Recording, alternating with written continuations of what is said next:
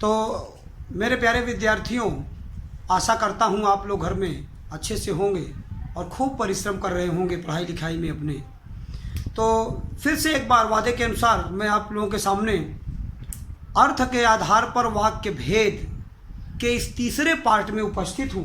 पहले पार्ट में आपसे वाक्य बताया, उसके बाद अर्थ के आधार पर वाक्य 8 भेदों का नाम बताया, 2 भेदों की चर्चा हुई, बाकी 4 भेदों की चर्चा और उसके अभ्यास का दूसरे पार्ट में की गई। और आज हम लोग वाक्य भेद पाठ की इस अंतिम और तीसरे पार्ट को लेकर आपके सामने उपस्थित हूँ और इसकी चर्चा हम लोग करते हैं। जो बचे हुए वाक्य भेद के 2 पार्ट थे, 2 भाग थे, 2 भेद बचे थे, उनकी चर्चा यहाँ करते हैं। और उस क्रम में हम देखते हैं कि विस्मयादि बोधक या मनोवेगात्मक वाक्य। मेरे प्यारे विद्यार्थियों, यहाँ हम लोग बात करते हैं विस्मयादि बोधक या मनोवेगात्मक वाक्य की बात। तो इसको परिभाषाओं में अगर बांधने की कोशिश किया जाए और समझा जाए तो कहते हैं कि ऐसे वाक्य जिनमें विस्मय, आश्चर्य, घृणा, प्रेम, हर्ष एवं शोक आदि के भाव वक्ता के मुंह से अचानक निकल पड़ते हैं, वे विस्मयादि बोधक या मनोवेगात्मक वाक्य कहलाते हैं। मेरे प्यारे विद्यार्थियों, वाक्य के इस भेद में जो सबसे महत्वपूर्ण पॉइंट है पहचानने के लिए या वाक्य बनाने के लिए, वो है अचानक निकल पड़ते हैं। ये अर्थ के आधार पर वाक्य 8 भेदों में ये एक अकेला ऐसा भेद है, विस्मयादि बोधक या मनोवेगात्मक वाक्य, जो मनो के वेग से, मन के वेग से अर्थात अनायास ही मन से निकल पड़ता है। जैसे किसी दुख की बात हो या किसी खुशी की बात हो, किसी भी समय। जैसे उदाहरण में हम समझने की कोशिश करेंगे। यहाँ लिखा है वाह तुम पास हो गए। मान लीजिए कोई बच्चा पास हो गया, वो आया अपने पेरेंट्स से, अभिभावक या मित्रों के बीच में वो बताता है तो लोगों को बड़ा आश्चर्य, अच्छा वाह तुम पास हो गए। तो ये रहा उदाहरण विस्मयादि बोधक या मनोवेगात्मक का। एक दूसरा उदाहरण देखते हैं, अरे तुम्हें तो चोट लग गई, ये चिंता की बात हो गई।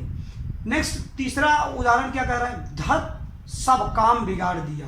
तो ये सब, ये जितने भी वाह, धत, अरे, ये 3 के तीनों इनको देखेंगे तो ये निश्चित रूप से अचानक ही निकल पड़ते हैं मन से या हृदय से। तो ये रहा मनोवेगात्मक वाक्य का उदाहरण और परिभाषा। वाक्य के अर्थ के आधार पर वाक्य के 8 भेदों में 8वें और अंतिम भेद की चर्चा करें तो हम आज चर्चा करते हैं 8वां जो भेद है वो है संकेतवाचक वाक्य। यहाँ हेडिंग भी दी जा सकती है संकेतवाचक वाक्य। देखते हैं कि संकेतवाचक वाक्य किसे कहते हैं, क्या शर्त होती है इनकी। तो कह रहे हैं कि ऐसे वाक्य जिनमें किसी न किसी शर्त की पूर्ति का विधान हो, शर्त की पूर्ति होनी चाहिए। ऐसे वाक्य जिसमें किसी न किसी शर्त की पूर्ति का विधान हो, ध्यान देंगे तो ये संकेतवाचक वाक्य कहलाते हैं। संकेतवाचक वाक्य होने के लिए वाक्य की ये शर्त है कि ये इसमें शर्त की पूर्ति होनी चाहिए। विशेष में थोड़ा सा इसको देखेंगे कि विशेष क्या है। ऐसे वाक्यों को शर्तवाची वाक्य भी कहते हैं। शर्तवाची वाक्य, जैसे जिस तरह से विस्मयादि बोधक या मनोवेगात्मक वाक्य, इसके 2 नाम है, इसी तरह से संकेतवाचक या शर्तवाची वाक्य दोनों एक ही नाम है, एक ही प्रकार के वाक्य नाम है। उदाहरण देखने की का प्रयास करेंगे हम लोग। यहाँ कह रहे हैं कि संकेतवाचक या शर्तवाची वाक्य 2 उदाहरण देखते हैं कि वर्षा होती तो अनाज पैदा होता। तो ये शर्त है, अनाज पैदा होने की शर्त है। क्या शर्त है? वर्षा होती तो। दूसरा कह रहे हैं अगर आप आ जाते तो मेरा काम बन जाता। मेरा काम कब बनता? जब आप वेरी गुड आ जाते। तो ये रहे 2 उदाहरण ये संकेतवाचक के।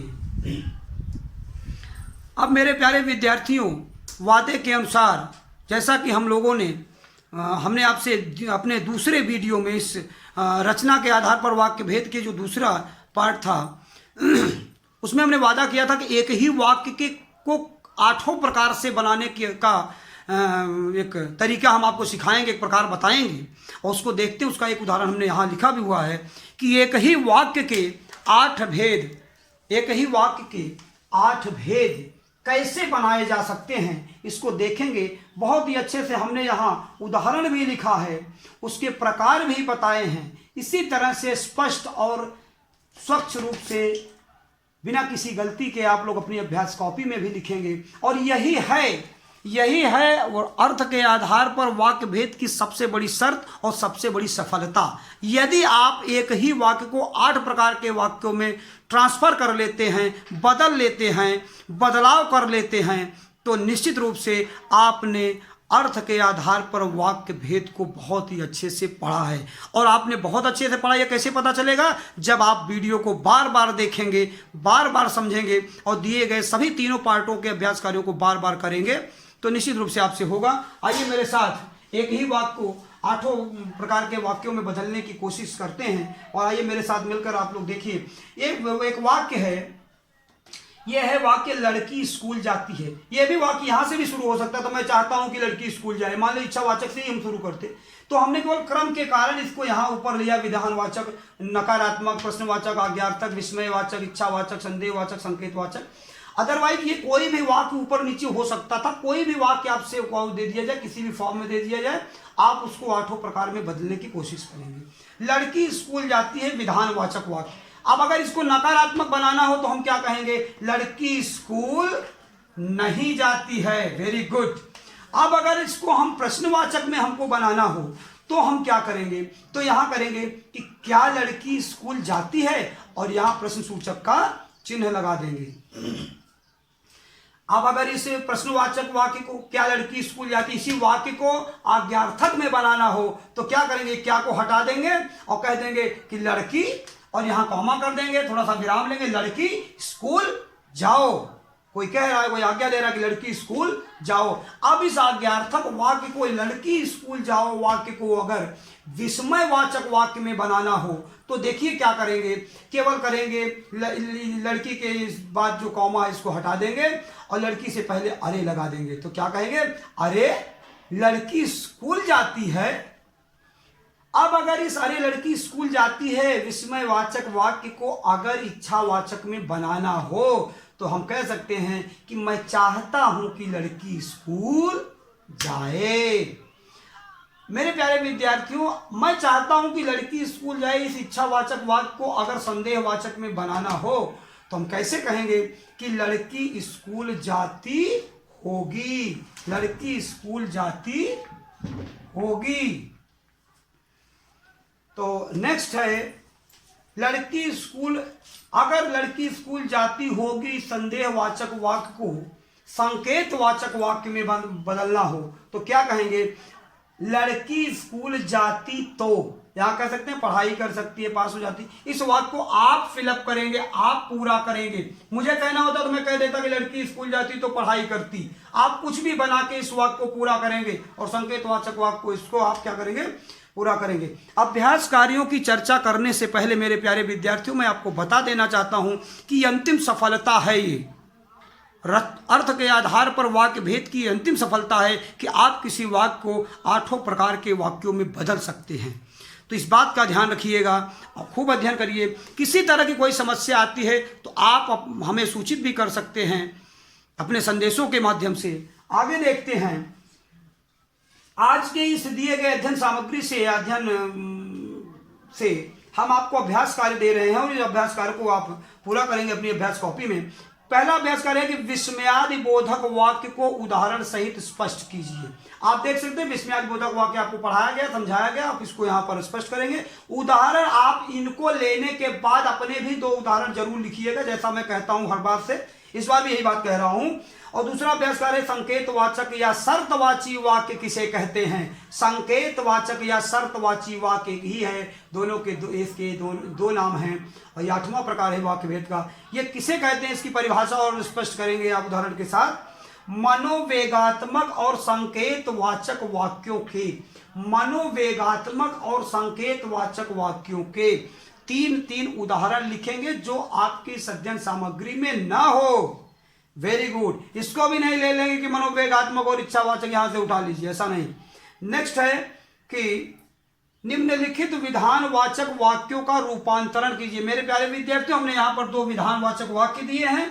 पहला दिया है हमने कि मोहन स्कूल जाता है, इसको, और कविता गाना गाती है, इसको। इन दोनों वाक्यों को क्या करना है आपको? इन वाक्यों को का रूपांतरण। वाक्य अन्य सभी भेदों, 8 प्रकार होते हैं वाक्य, 8 भेद अर्थ के आधार पर। फिर से ध्यान रहे, वाक्य 8 प्रकारों को, वाक्य जो 8 भेद हैं अर्थ के आधार पर, इन दोनों अंतिम में दिए गए गृह कार्य को, अभ्यास कार्य को, मोहन स्कूल जाता है विधानवाचक वाक्य, कविता गाना गाती है ये भी विधानवाचक वाक्य, इन दोनों विधानवाचक वाक्यों को इन अर्थ के आधार पर या 8 भेदों में आप बदलेंगे, जैसा कि मैंने यहाँ बदला हुआ है। आप यहाँ से सहायता ले सकते हैं, मदद ले सकते हैं अपनी अध्ययन सामग्री से। सरल है कार्य, कठिनाई कहीं भी नहीं हमको दिखाई देती है, दूर दूर तक कहीं कोई कठिनाई नहीं दिखाई देती मेरे प्यारे विद्यार्थियों। आशा करता हूँ, भरोसा है मुझे कि इस पाठ को आप पूरा करेंगे। अब इसके बाद हम उपसर्ग और प्रत्यय पर चर्चा आपके अगले वीडियो में करेंगे। आप इन कार्यों को पूरा करेंगे और इसके बाद उपसर्ग और प्रत्यय पर भी हम चर्चा आपसे करेंगे।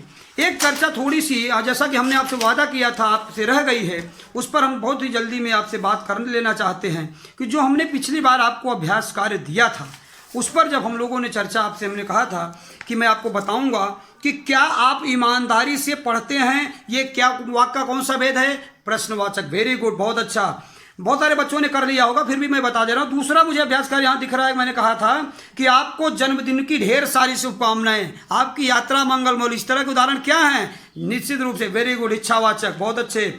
मेरी कलम वापस दे दीजिए, ये क्या है? मेरी कलम वापस दे दीजिए, ये आप आज्ञा नहीं दे सकते। यहाँ आप क्या कह रहे हैं? यहाँ आप निश्चित रूप से क्या कर रहे होंगे? निवेदन कर रहे होंगे, इच्छा कर रहे होंगे। तो नेक्स्ट अंतिम है कि शायद आज वर्षा हो, संदेहवाचक वाक्य का उदाहरण है। तो ये रहा आपका अर्थ के आधार पर वाक्य 8 भेद। 3 पार्ट में हमने इस वीडियो को पूरा किया। आप तीनों वीडियो को अच्छे से देखिए, अभ्यास करिए। मेरी मंगल कामनाएं आपके साथ हैं। आपका दिन अच्छा हो, आपकी पढ़ाई अच्छे से चलती रहे। आज के लिए इतना ही, फिर मिलेंगे अगले वीडियो में।